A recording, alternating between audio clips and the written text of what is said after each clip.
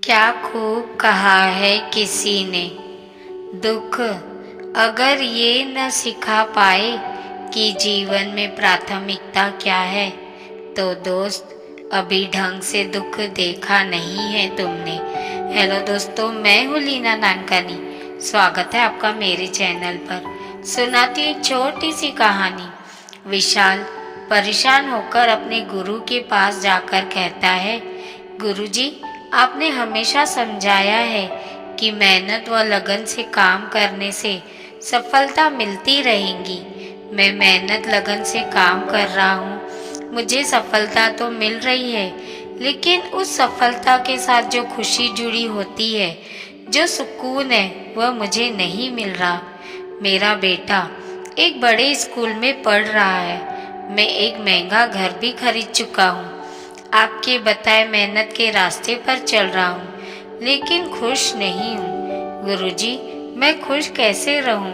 कृपया मेरी मदद कीजिए।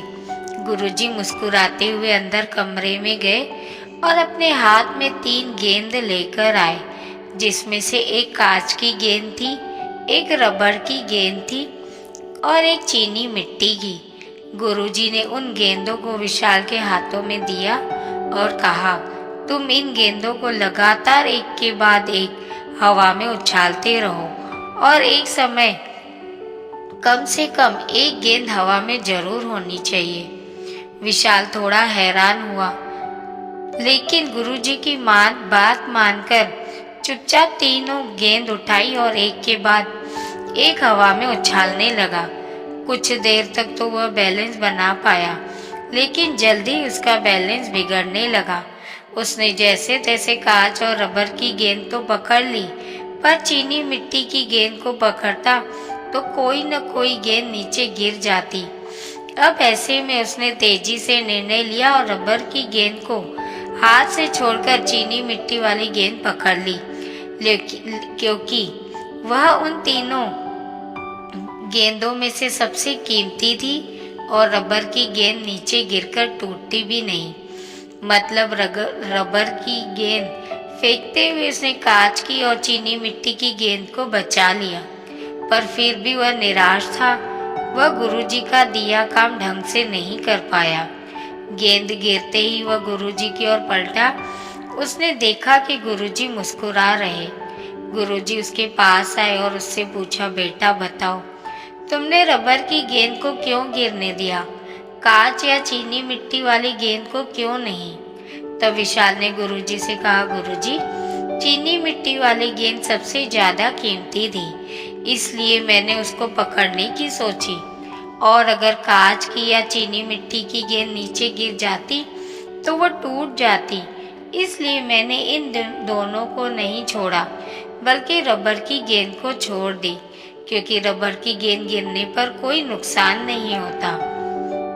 गुरुजी उसका जवाब सुनते हुए फिर मुस्कुराए और बोले, बेटा, तुमने अपनी समस्या का समाधान खुद ही ढूंढ लिया।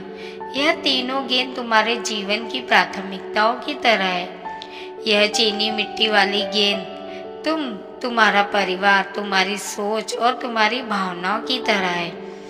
यह कांच की गेंद तुम्हारा काम, तुम्हारी नौकरी, तुम्हारे पैसे, तुम्हारे सुख सुविधाओं के साधन है। और यह रबर की गेंद तुम्हारी उन चीजों की तरह है जो अगर तुम्हारी जिंदगी में ना भी हो तब भी तुम आराम से जी सकते हो, जैसे कि तुम्हारा महंगा मोबाइल, महंगी कार या कोई महंगी घड़ी या फिर महंगे शौक। तुमने अपनी जिंदगी में कांच की गेंद और रबर की गेंद दोनों को महत्व दिया। तुमने एक से एक महंगी चीजें इकट्ठा कर ली। भौतिकता की चकाचौंध में तुम इतने खो गए कि अपने परिवार की तरफ, अपने रिश्तों की तरफ, यहाँ तक कि खुद की, अपनी भावनाओं की तरफ भी ध्यान नहीं दिया। इसलिए आज तुम खुश नहीं हो। मेहनत करते रहो, आगे बढ़ते रहो, लेकिन अपनी प्राथमिकताओं को स्पष्ट रखो। जब भी मन परेशान हो, जब भी किसी चीज को बैलेंस ना कर पाओ और मजबूरन कोई न कोई गेंद छोड़नी पड़े, तो रबर की गेंद को छोड़ दो। खुशियां नहीं रुकेंगी।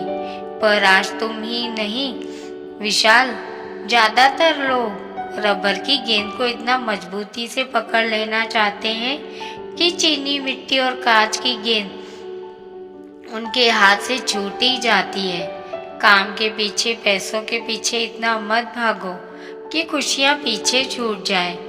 अपने जीवन की प्राथमिकताओं पर ध्यान देते हुए जीवन के लक्ष्य को हासिल करना चाहिए। तो दोस्तों, आज की यह वीडियो आपको कैसी लगी कमेंट में ज़रूर बताएं।